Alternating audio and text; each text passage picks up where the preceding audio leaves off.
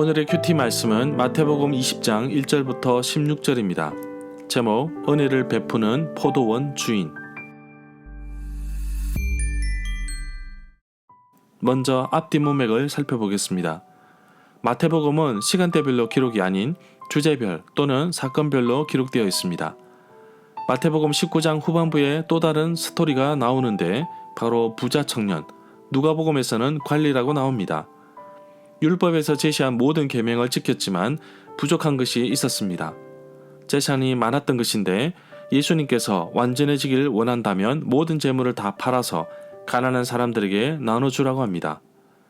부자 청년이 근심하며 돌아가자 예수님은 낙타가 바늘 구멍에 들어가는 것보다 부자가 하늘나라 들어가는 것이 더 어렵다는 아주 충격적인 말씀을 하십니다. 이스라엘 사람들의 부의 기준은 하나님의 축복이었지만 세상의 기준이 아니라 모든 것을 버리고 주를 따른 제자들은 세상 그 어느 부자보다 하늘나라에 더 가까이 가 있습니다. 마태복음 20장에서는 또 다른 하늘나라의 비유가 등장합니다. 자신의 포도밭에 일꾼을 부르는데 이 주인이 너무나 관대하다는 데 특별함이 있습니다. 어떻게 보면 은혜를 베푼 주인입니다.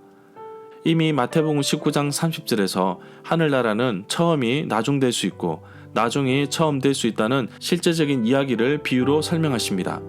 그래서 마태가 이 비유를 여기에 배치한 것인데 16절에 또 반복해서 언급하고 있습니다.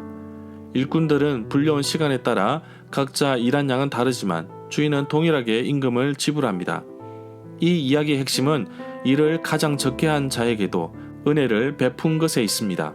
아직까지 예수님을 알지 못하는 사람들에게 늦게라도 하늘나라의 은혜를 맛볼 수 있도록 우리는 지속적으로 복음을 전해야 합니다. 문단을 나눠보겠습니다. 1절부터 7절은 포도원 주인이 은혜로 일자리를 베풀다. 8절부터 16절은 포도원 주인이 은혜를 베풀다. 1절에 보면 포도원 품꾼에 대한 이야기는 마태복음 20장에만 나옵니다. 하늘나라 천국은 자신의 포도원, 포도밭에서 일한 일꾼을 찾으려고 아침 일찍 나간 어떤 포도원 주인과 같다고 말씀하십니다. 마태복음에서 포도원 품꾼의 이야기를 이곳에 배치한 이유는 바로 마태복음 19장 30절의 말씀과 연결이 됩니다. 그리고 16절에도 반복해서 언급하고 있습니다. 포도원, 포도밭 주인은 일꾼들에게 하루 품삯으로 한 데나리온을 주기로 합의하고 그 일꾼들을 자기 포도원, 포도밭으로 보냈습니다. 여기에서 약속한 하루 품삯의 대가는 한 데나리온입니다. 3절부터 10절에 보면 포도원 주인이 제3시 오전 9시, 제6시 낮 12시, 제9시 오후 3시, 제11시 오후 5시에 시장에 나가서 빈둥거리는 사람들에게 자신의 포도원에 가서 일하면 품삯을 주겠다고 약속합니다. 유대인들의 시간 개념은 해가 뜨면 하루가 시작됩니다. 날이 저물었다는 것은 더 이상 일을 할 수 없게 되었다는 말이며 레위기에서 품꾼의 일삭을 반드시 주라고 말씀하십니다. 품삯을 주지 않고 아침까지 가지고 있으면 안 됩니다. 신명기 24장 15절에서도 그 품삯을 당일에 주고 해가 진 후까지 미루지 말라고 말씀하고 있습니다. 11절부터 16절에 보면 포도밭 주인이 일한 일꾼들에게 대가를 지불하는데 제일 늦게 왔던 제11시 오후 5시 일꾼부터 정산을 합니다. 그러자 제일 일찍 왔던 제3시 오전 9시 일꾼들은 잔뜩 기대하였는데 동일한 대가를 받자 포도원 주인에게 투덜거리며 불평하며 원망합니다. 포도원 주인은 자신과의 약속에 근거하여 지불한 것이니 부당하게 대우하거나 잘못한 것이 없다고 합니다. 결국 이 이야기의 핵심은 언제 어떻게 하나님의 일을 하든지 그 내용이 무엇이든지 간에 모든 사람에게 동일하게 여기며 동일한 것으로 주십니다. 바로 영원한 생명을 누구에게나 동일하게 베푸시는 분이십니다. 그러므로 나중된 자가 먼저 되고 먼저 된 자가 나중될 것입니다. 이 구절은 마태복음 19장 30절에도 나옵니다. 그래서 같은 문맥의 주제로 포도원 주인의 이야기를 비유로 든 것입니다.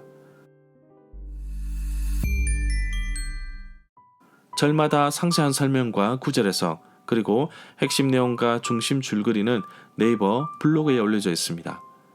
내게 주시는 교훈입니다.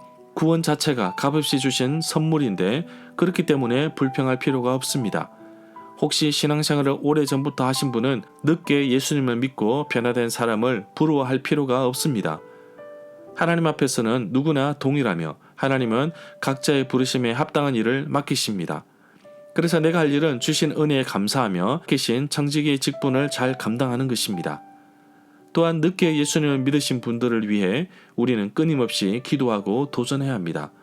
복음을 전해야 늦게라도 예수님을 만날 수 있습니다.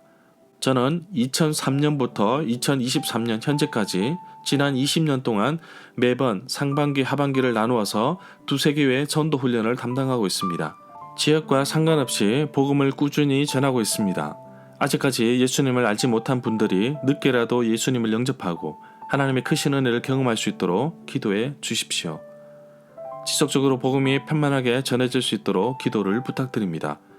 오늘도 믿음으로 도전하며 하루의 삶 속에서 구원의 은혜를 마음껏 느끼는 하루가 되기를 간절히 소망합니다.